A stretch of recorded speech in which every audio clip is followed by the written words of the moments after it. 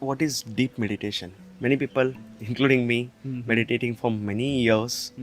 We know some techniques so that it makes our mind calm. The day will be good. But I know you do deep meditation. What is deep meditation? See, deep meditation, it's not having any feeling. Like you disappear.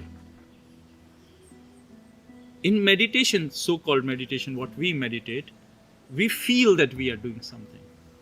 Even if it is silent moment, even if it is very peaceful moment, you are there. But in the deepest state of meditation, you are not there. To feel also, you are not there. Like I tell you one thing, like long time ago in Uttaranchal, one time I was just traveling, and in one temple near to one wall, I just sit, and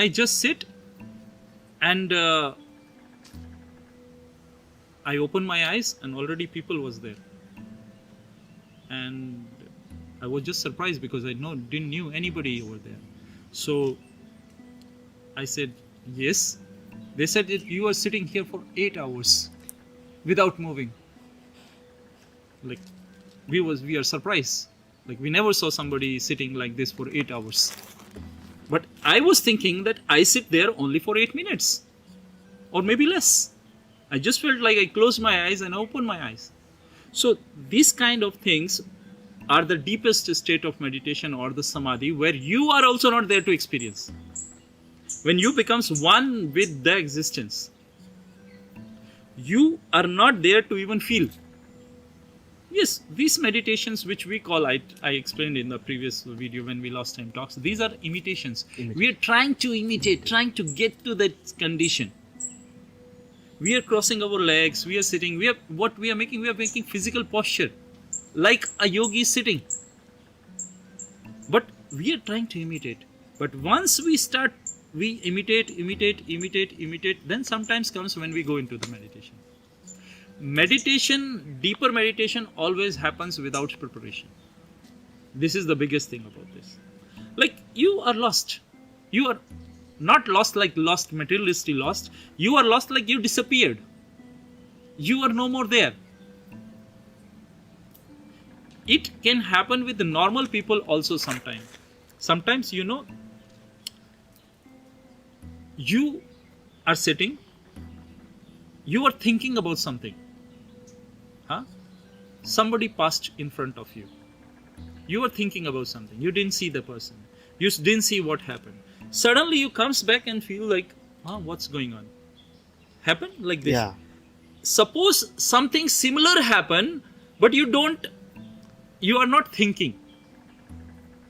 Something similar happened with your open eyes or some closed eyes, doesn't matter, but you are not thinking. You are not in some thought. You are not in some thinking process. You are not in some visualizing process. You're just, it can be like a sleep. Like when you have a deep sleep, what happens? You don't know what happens. When you have a deep sleep, you don't know what happens. Yeah. Same way, when you are having a deep meditation, you don't know what happens. It just, the time disappears. Deep sleep and deep meditation are very similar, but there is a minute difference. Deep sleep is a ignorance, a deepest state of ignorance, and deep meditation is the deepest state of awareness. When your awareness is so high that you itself is not there. Like you put a dot and you put a circle. There is two ways to mix them without putting any line between them. One is you make this circle so small that it becomes like a dot. Another is you expand this dot so big that it covers the circle. So there are only two ways. Either you disappear or either you become super big. Either you come to that state that everything in this world comes inside you, or everything in this world exists but you don't exist. You come to that state. But this is all for the spirituality things. But I will say those who are meditating, start with the active meditations. Like whatever is there, active meditations. First, do some meditations where your physical body is moving. Anybody who works with the computer, anybody who works with the office or mental job, they should not do passive meditations. Otherwise, their life will become boring and depressive. They will start to lose their friends. They will start to lose their sociality. They will start to become isolated. They should not do passive meditation. They should do active meditations. Active meditations or guided meditations. But once you are entering to the spirituality, once you want to go on the spiritual path, then you can start with the passive meditations. Passive meditations are for the yogis, are for the practitioners, not for the normal people. Normal people should not go for the passive meditation. Normal people should do active meditation. I do differently. When people come to me and they are from IT or something, I give them a hammer. I give them a spade. And I say, start digging the ground. Start cutting the woods. I give them this. This is the meditation practice for them. I don't say them, okay, sit now, take your energy to the Manipura, they were sitting all their life in the office, No more sitting is required for them. They need some active work where their physical body should move.